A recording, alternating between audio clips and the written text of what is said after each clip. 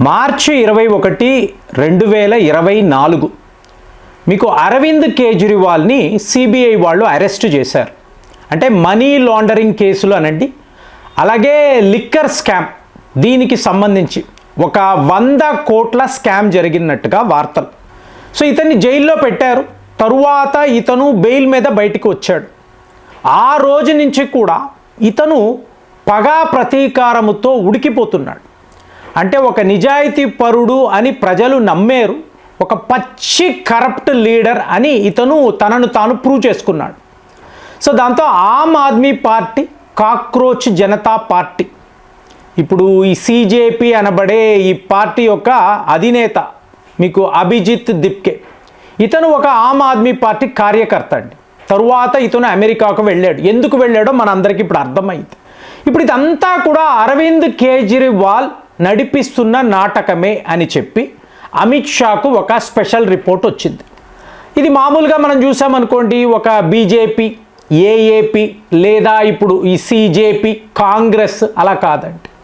మొత్తము కూడా deep state వ్యవహారము అనేదే ఇందులో రిపోర్ట్. ఇప్పుడు వీళ్ళు ఏం చెప్తున్నారు అంటే, భారత్ ఒక ప్రశాంతంగా ఉండే దేశం, కానీ ఇక్కడ ఇలాంటి ఒక పొలిటికల్ పార్టీ ఉండకూడదు. రూలింగ్ పార్టీ బీజేపీ ఉంటే సమస్య. ఒకవేళ వాళ్ళు చెప్పినట్టు వింటే ఏ ప్రాబ్లము లేదు, వీళ్ళు వినడం లేదు కదండి.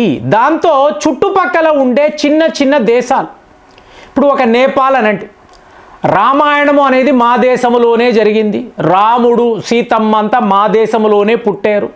మీరు కైలాస మానస సరోవర యాత్ర చెయ్యాలి అంటే కాలాపాని మా దేశానికి చెందిన ప్రాంతమే, మీరు అక్కడ ఫీజులు కట్టాలి. ఇలాగా ఏదో ఒక రకంగా మనల్ని ఇబ్బంది పెడుతూనే ఉంటారు. ఇప్పుడు బంగ్లాదేశ్లో ఏం జరుగుతుంది మనకు తెలుసు, శ్రీలంకలో కూడా గొడవలు. అంటే చుట్టూర్తా డిస్టర్బింగ్ కంట్రీస్ ఉండాలి. ఇక పాకిస్తాన్ గురించి విడిగా చెప్పక్కర్లేదు. సో ఇది వీళ్ళ డీప్ స్టేట్ ప్లాన్ అండి. ఇప్పుడు ఇందులో అరవింద్ కేజ్రీవాల్, ఇతని రోల్ ఏమిటి అంటే, గుర్పత్వంత్ సింగ్ పన్నూన్ అనబడే ఖాళిస్తాన్ నాయకుడు. అతను ఏమంటున్నాడు, నేను ఒక 100 కోట్లు పంపిస్తున్నాను. ఎవరికి పంపిస్తున్నావు, ఎక్కడికి పంపిస్తున్నావు, ఎలా పంపిస్తున్నావు? సో ఇదంతా మిస్టరీ అండి, కానీ ఓపెన్గా చెప్తున్నాడు. ఇప్పుడు అరవింద్ కేజ్రీవాల్ కెనడా వెళితే ఫస్ట్ ఈ ఖాళిస్తాన్ నాయకులనే కలుస్తాడండి. మీకు అర్థమవుతుందని ఏం చెప్తున్నాను. ఇది ఒక భారత్, మోదీ, అమిత్ షా, బీజేపీ, కాంగ్రెస్ ఇలా కాదండి, యావత్ దేశము మీద వీళ్ళు నిఘా పెట్టారు. ఏదో ఒక రకంగా రీజిమ్ చేంజ్ ఇక్కడ జరగాలి. ఇప్పుడు ఇంతకు ముందు అలా లేదు కదా. ఇప్పుడు అమెరికా నుంచి ఆర్డర్స్ వస్తాయి. ఇప్పుడు అరవింద్ కేజ్రీవాల్ ఏం చెప్తారు, అవునండి ఫోర్డ్ ఫౌండేషన్ నుంచి నాకు ఫండింగ్ వస్తుంది, ఇక్కడ ఇలా సమాజ సేవ చేయడానికి వాళ్ళు డబ్బులు పంపిస్తారు, నేను ఇలాగ సోషల్ యాక్టివిటీస్ చేస్తూ ఉంటాను, ఎన్నోసార్లు చెప్పాడు.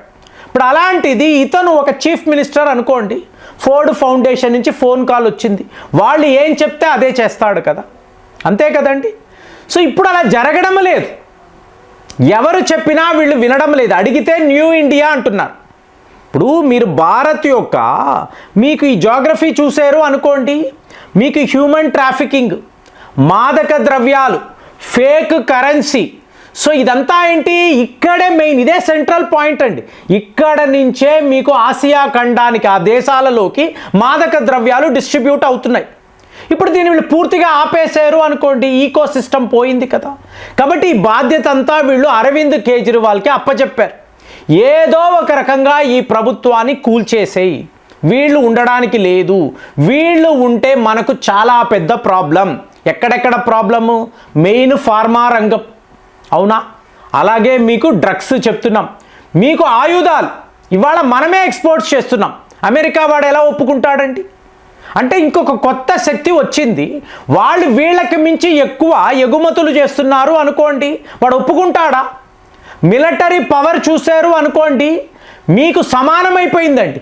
అమెరికా, రష్యా, చైనాకు సమానంగా ఇవాళ భారత్, అలాంటిది పాకిస్తాన్ లాంటి దేశము నిలబడగలదా? సో ఓవరాల్గా భారత్ ఎదగడము అనేది పెద్ద ప్రాబ్లం.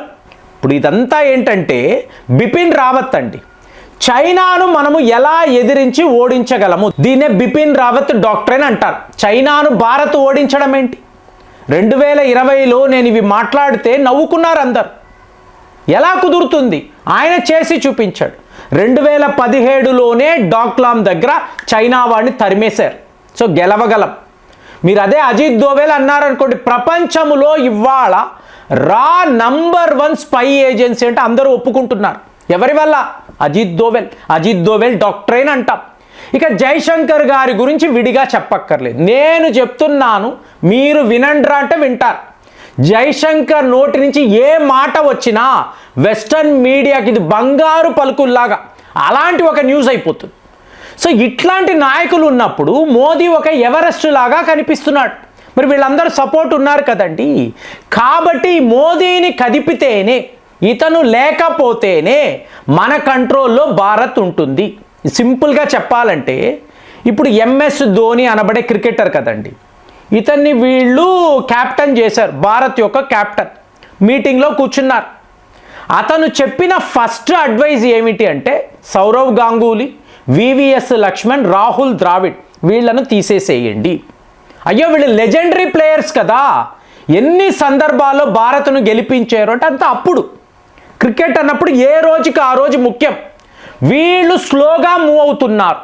ఫీల్డ్లో ఒక ముసలితనం కనిపిస్తుంది. నాకు యంగ్ ఇండియా కావాలి, మీకు పరిగెత్తి రన్స్ను ఆపే ప్లేయర్స్ కావాలి.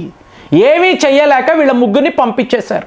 పంపించిన తరువాత ఏమైందండి, 2007లో T20 వరల్డ్ కప్ మనదే, యంగ్ ఇండియా. అలాగే 2011లో మనము వరల్డ్ కప్ గెలిచాం, వన్డే వరల్డ్ కప్ గెలిచాం. 2013లో ఛాంపియన్స్ ట్రోఫీ. ఎలాగా? Young India. మీకు యువకులను తీసుకురండి, దేశము కోసం కష్టపడతారు. ఇలాంటి ఒక రికార్డు ఏ ఒక ఇండియన్ క్యాప్టెన్కి లేదండి. ధోని చేసి చూపించాడు. అంటే ఏంటి? మీకు ఒక విజన్ ఉంటుంది. ఆ విజన్ ప్రకారం మీరు దేశాన్ని తీసుకువెళ్తారు. ఇప్పుడు ఈ మోదీని అడిగారు అనుకోండి, 2035 నాటికి అంటాడు ఆయన. ఇప్పుడు వయసు ఎంత? 75 ఏళ్ళు. 85 ఏళ్ళకి ఈయన ఎక్కడ ఉంటాడండి? ఏం చేస్తూ ఉంటాడు? కానీ చెప్తాడు, మీకు 2035 డెడ్ లైన్ పెడుతున్నాను, మీరు ఈ పని చేసే తీరాలి, సుదర్శన్ చక్ర రావాలి. మీకు 2047లో భారత్ నంబర్ 1 జీడిపిగా ఎదగాలి. పదండి. 2047లో ఈయన వయసు ఎంత అండి? ఆలోచించండి. కానీ ఏంటి, ఒక నాయకుడికి ఒక విజన్ ఉంటుంది. నేను ఉండను, నువ్వు ఉండవు, దేశము ఉంటుంది. దేశము కోసం మీరు అందరూ పాటుపడండి. ఇది ఇలా ఉంటుందండి. కానీ అటువైపు చూశారు అనుకోండి, ఇంత పెత్తనమా, ఇంత డిక్టేటర్షిప్పా, ఇలాంటి డామినేషనా ఇంతకుముందు లేదు కదా. మనం ఒక మామూలు కాలనీ, అమెరికాను ఎదిరిస్తున్నాం అంటున్నాం, ట్రంప్ మాటనే కాదు అంటున్నాం, యూకే వాళ్ళు చెప్తే వినము అంటున్నాం, అడిగితే న్యూ ఇండియా అంటారు. ఏమిటి ఇదంతా? కుదరదు, ఇలా కుదరదు. మా పాపులేషన్ ఇక్కడ పెరగాలి. ఇప్పుడు 1947 అన్నారు అనుకోండి, ముస్లిం పాపులేషన్ ఎంత అండి? మీకు 3,50,00,000 అనుకోండి. ఇవాళ ఎంత అండి? 22 కోట్లు. ఇంతలాగా పెరిగిపోతున్నారు. అదే క్రైస్తవము అనుకోండి, మీకు ఆ రోజుల్లో ఒక 80 లక్షల పాపులేషన్, ఇవాళ 3.5 కోట్ల పాపులేషన్. అంటే టోటల్గా భారత్ను టార్గెట్ చేసి నెక్స్ట్ 50 ఇయర్స్లో దేశాన్ని ఏదో ఒక రకంగా ఆక్యుపై చెయ్యాలి. దానిని వీళ్ళు ఆపుతున్నారండి. సో దీన్ని ఎవ్వరూ ఒప్పుకోరు. ఒకవేళ మోదీ వెళ్ళిపోతే వితిన్ 5 ఇయర్స్ డీప్ స్టేటే పాలనలోకి వచ్చేస్తుంది. వాళ్ళు ఇమీడియట్గా వచ్చేస్తారు. సో ఎప్పుడు ఎలా ఉండిందో, ఒక కాలనీలా ఉండిందో అదే జరుగుతుంది కదా. సో ఇదే వీళ్ళ డ్రీమ్ అండి. దీనిని ఆపడము వీళ్ళ తరం కుదరడం లేదు. ఎన్ని రకాల ప్రయత్నాలు చేసినా కూడా అవ్వడం లేదు. కాబట్టే ఇవాళ వీళ్ళు ఎంచుకున్న మార్గము పెద్ద పోరాటాలు. సో ఆ పోరాటాల్లో భాగంగా రీజిమ్ చేంజ్ అనేది అరవింద్ కేజ్రీవాల్కి అప్పచెప్పారు. ఇది ఇతని ప్లాన్. మరి ఇందులో ఇతను సక్సెస్ అవుతాడని మీకు అనిపిస్తుందా? మీరేం ఆలోచిస్తున్నారు? కామెంట్స్లో రాయండి. మళ్ళీ వచ్చే వీడియోలో కలుద్దాం. జై హింద్.